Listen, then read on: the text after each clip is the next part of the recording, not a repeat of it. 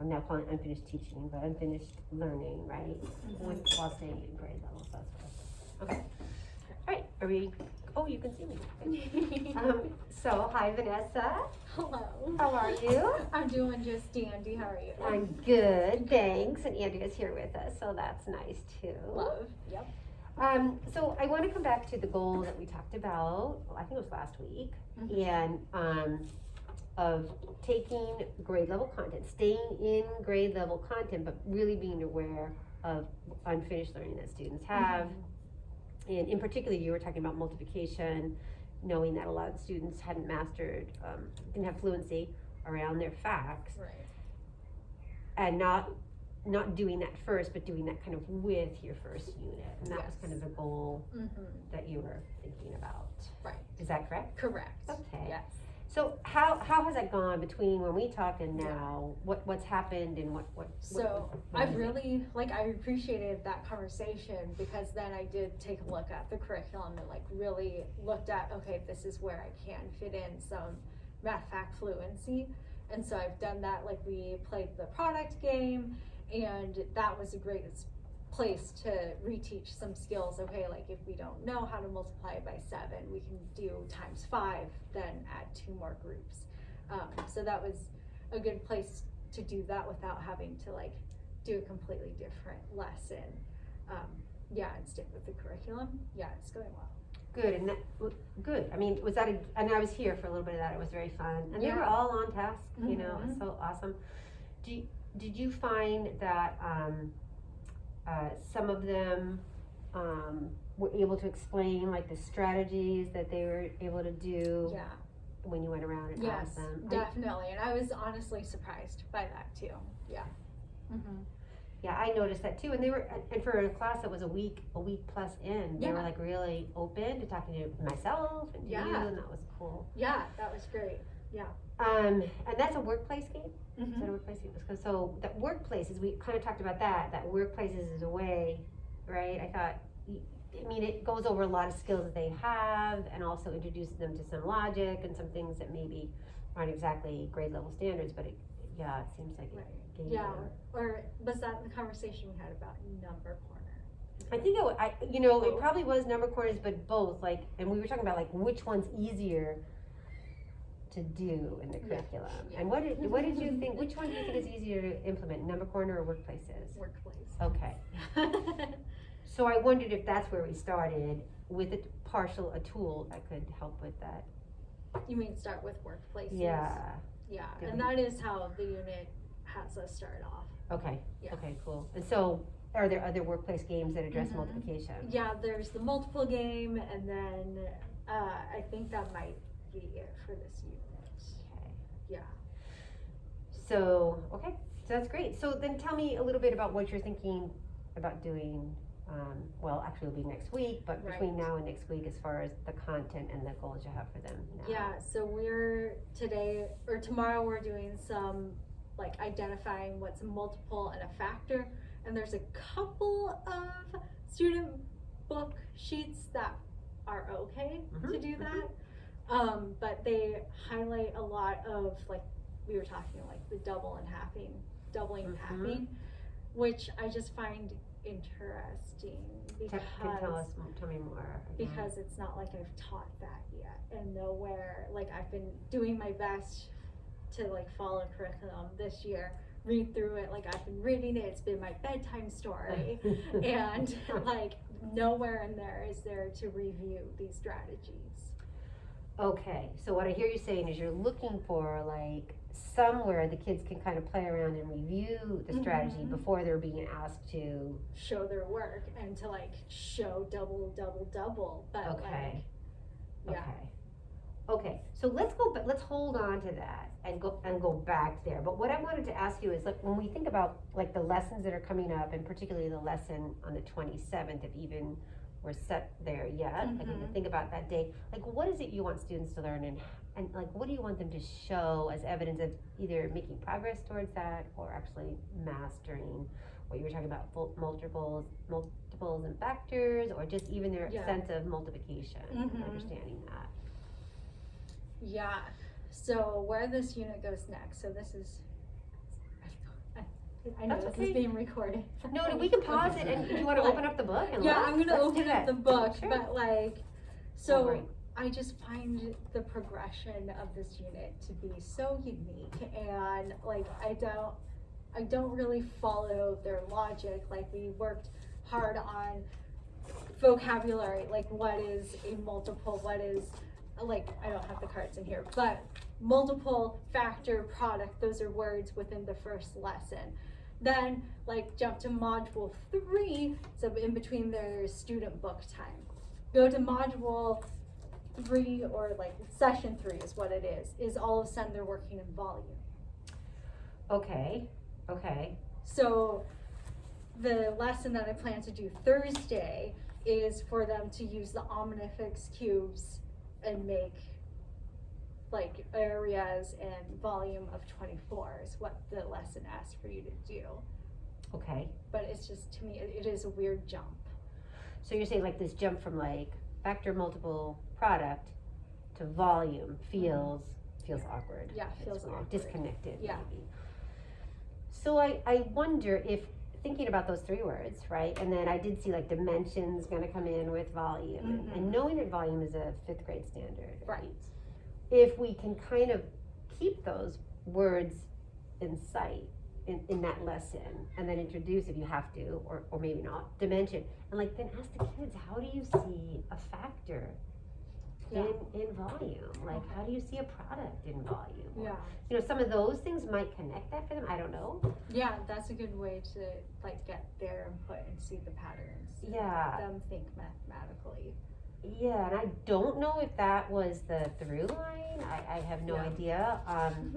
But I do know that in 5th grade, the standard, when we look at the standard, it does use volume as a way to almost formatively assess, I think, where kids are in math or in multiplication in 5th grade, which you're starting to do already with your product game and things like that. But maybe this is a way, depending on what they're doing, which I want to ask you about, like maybe this is a way we can get at those words. I don't know. Yeah. So tell me about that lesson then on Thursday. Let's start with that lesson, I guess. Yeah, so with this lesson, I am going to have them first make volumes of 12, giving them 12, and then like as a teacher I would show a couple of examples, or like generally pre-COVID I would have 12 under the document camera, and then have students come up and like really show that, because of course omnifix cubes is going to take some teacher behavior management, like management skills of like what's the proper way to use it, so that does take time to like walk through proper use of omnifix cubes. So are you thinking about building that time into that lesson? Yeah, I am. Okay. I'll need to for sure. And then, but yeah, because first, usually I show the example of making an array of 12 the first time, and then have students come up and like show how they can make a prism of 12 pieces. Okay. Yeah, and so then they get to do that at their desk with 24 omnifix cubes. They get to show how many they can make, but the point is like, oh, you've made these volumes of 12, what are we doing? Like, we're doubling it. Okay. Yeah, so then this is where doubling and halving is supposed to make sense, and you had a strong understanding of how that works, and so that's where I'm hoping on Thursday you can like maybe help bridge that conversation. Like, I think I might be able to get there, but this is where like I think co-teaching will be helpful, and be like, Mrs. Huggins, do you have a better way to explain this? You know? Okay, so yeah, on Thursday let's play around with that. That'll be fun. Yeah. Okay, so then let's fast forward to, if you're there on Thursday, can you give me the details of where you think you might be on Monday? Because in that case, I will not be co-planning or co-teaching rather. Well, co-plan, but not co-teaching, and I will be kind of coaching you in the moment. So like, I'm gonna try. You know, it doesn't mean I'm not gonna help kids and do, but I'm gonna try to. We're gonna try to take a moment. In fact, we're gonna try to identify 2 moments in the lesson where you think, oh, this is gonna be like, I'm gonna need to bounce off someone. Does that make sense? Okay. Yeah. So, but I like that idea. Coaching. Yes. Okay. So. Yes, but I love the Thursday idea. We will definitely do that. Thinking if that's Thursday's lesson and Friday, and then we're at Monday. Yes. Where That might is you such a be good there? question. I'm gonna have to look Okay. a little further here. But while I'm doing that, would you explain like the difference between, Yep. like how is me saying, hey, like Mrs. Huggins, do you have a different way of Yeah. explaining? How's that different? Like that to me is like co-teaching, but you're saying that might be coaching? Well, No. okay, so maybe we're calling co-teaching different things. Yeah, Co-teaching to maybe. me is we both have a responsibility in the classroom for either a group of kids or a concept, Okay. and we're going to do it.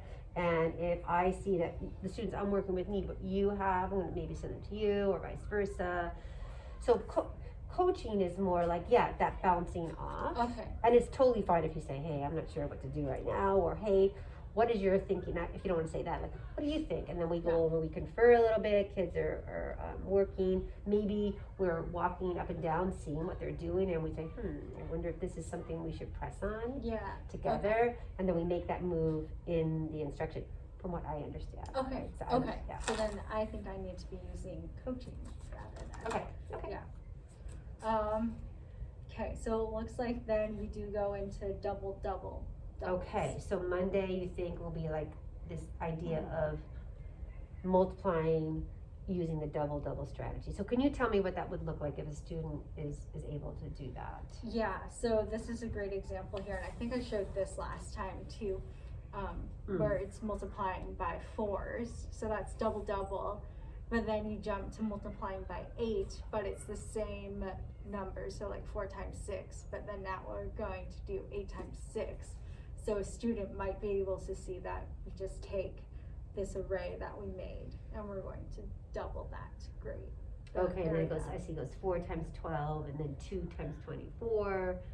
So there's a lot of places where they're either doubling or halving depending on how you look at it. Mm-hmm. Okay. Right.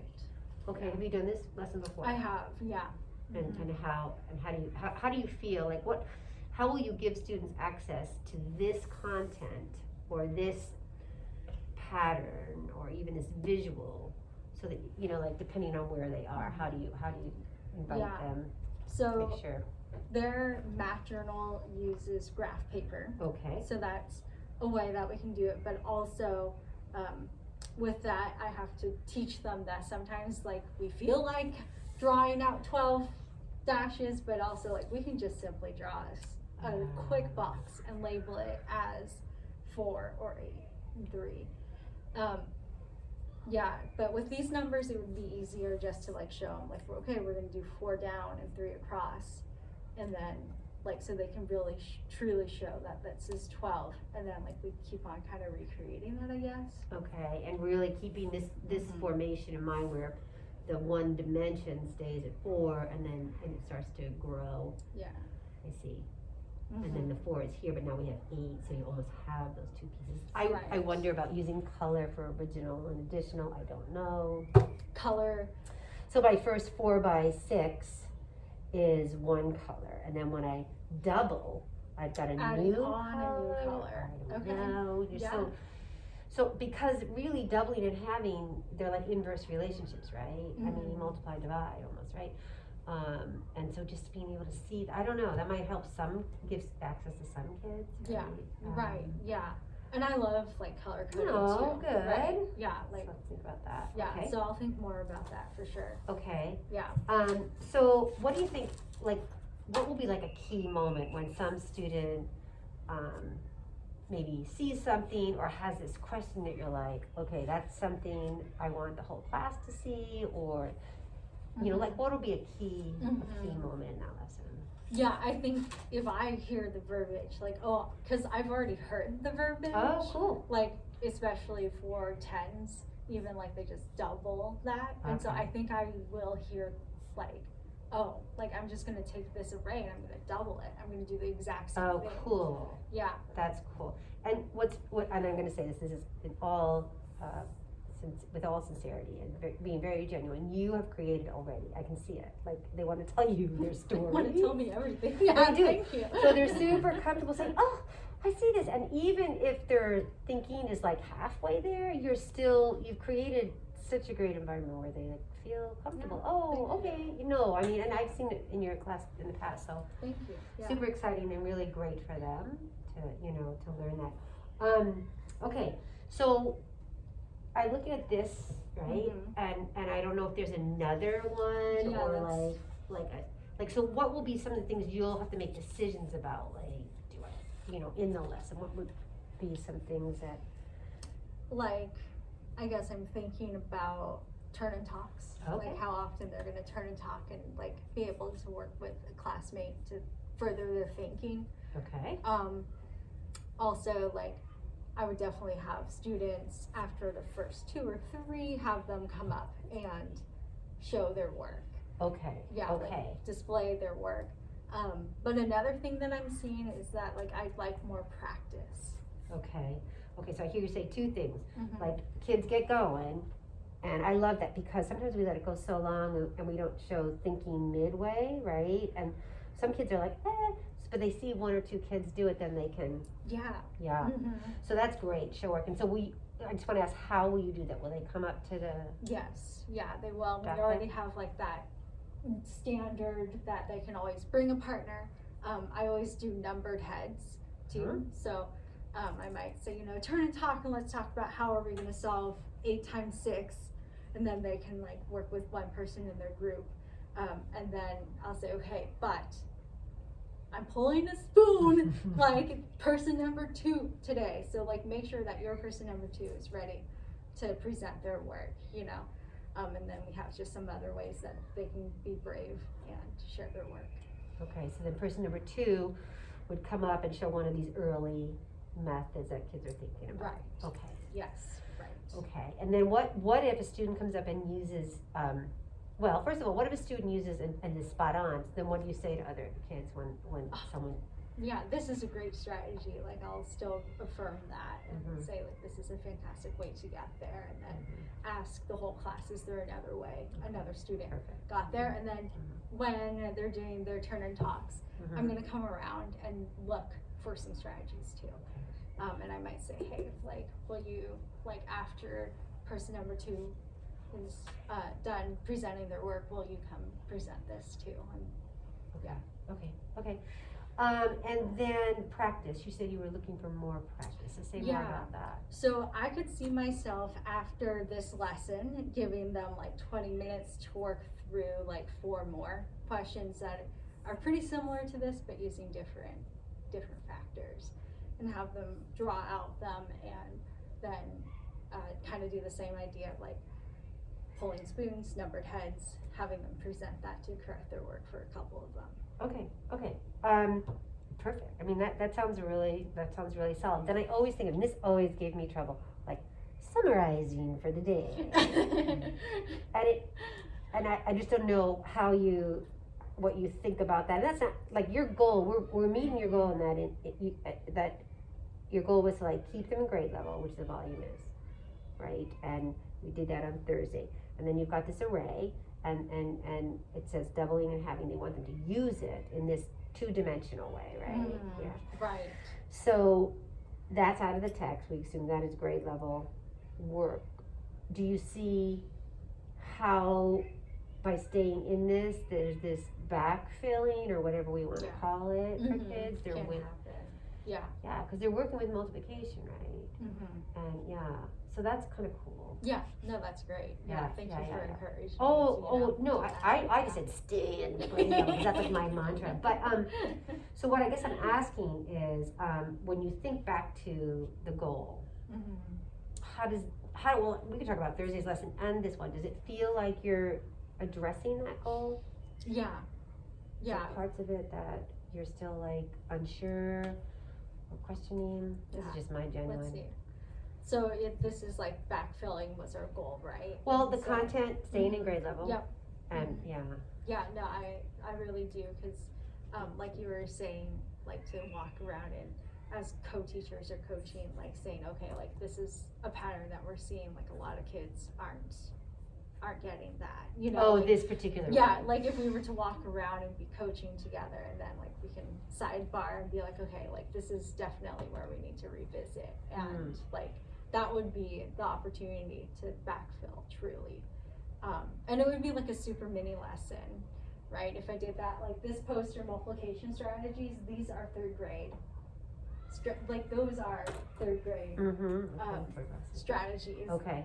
Yeah, and like that took me 15 minutes to do with the whole class, and it was just like, here's the strategies, and then like students have been using them or not using them since, but that still like backfilled, gave students more strategies to be able to solve multiplication facts, but then like move on.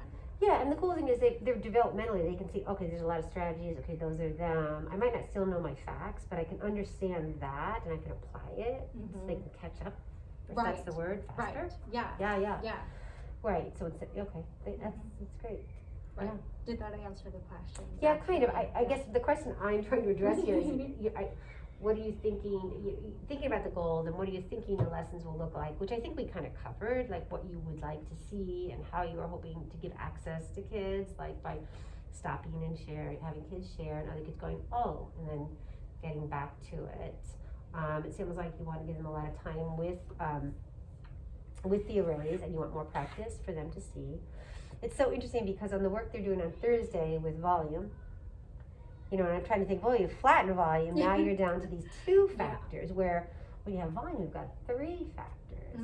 And so then my brain is going back to, well, maybe those words are fine, but just connecting them to this and to this is a little different, because it's not an equation necessarily, it's these dimensions, right? The 3 and the 2, so and I love that, because to me, math is a story, and we want to make it more cohesive, and so maybe that's why those words were there, to do that.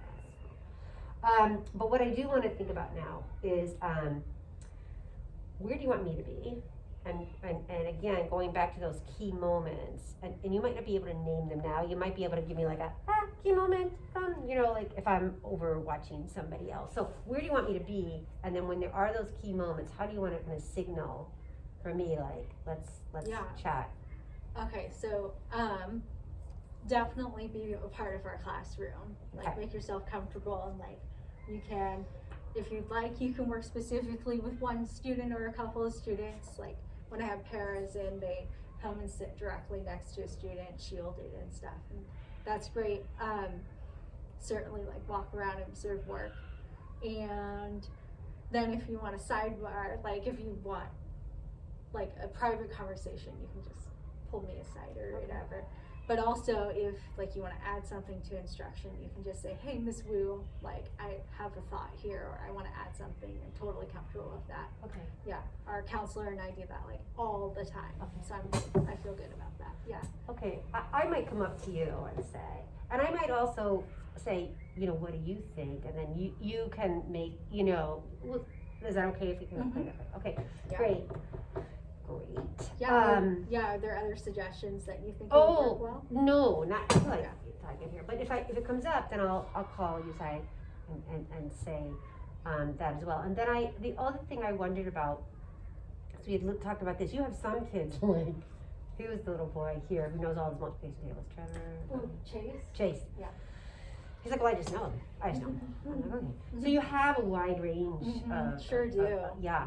And so I was thinking that the kids who like know their multiplication and can kind of talk about what's happening in here area-wise, and probably will see some doubling and halving. They might not see it all, but they know they understand what multiplication is, right? Visually, and they have fluency and automaticity, I guess. But then there are some that don't.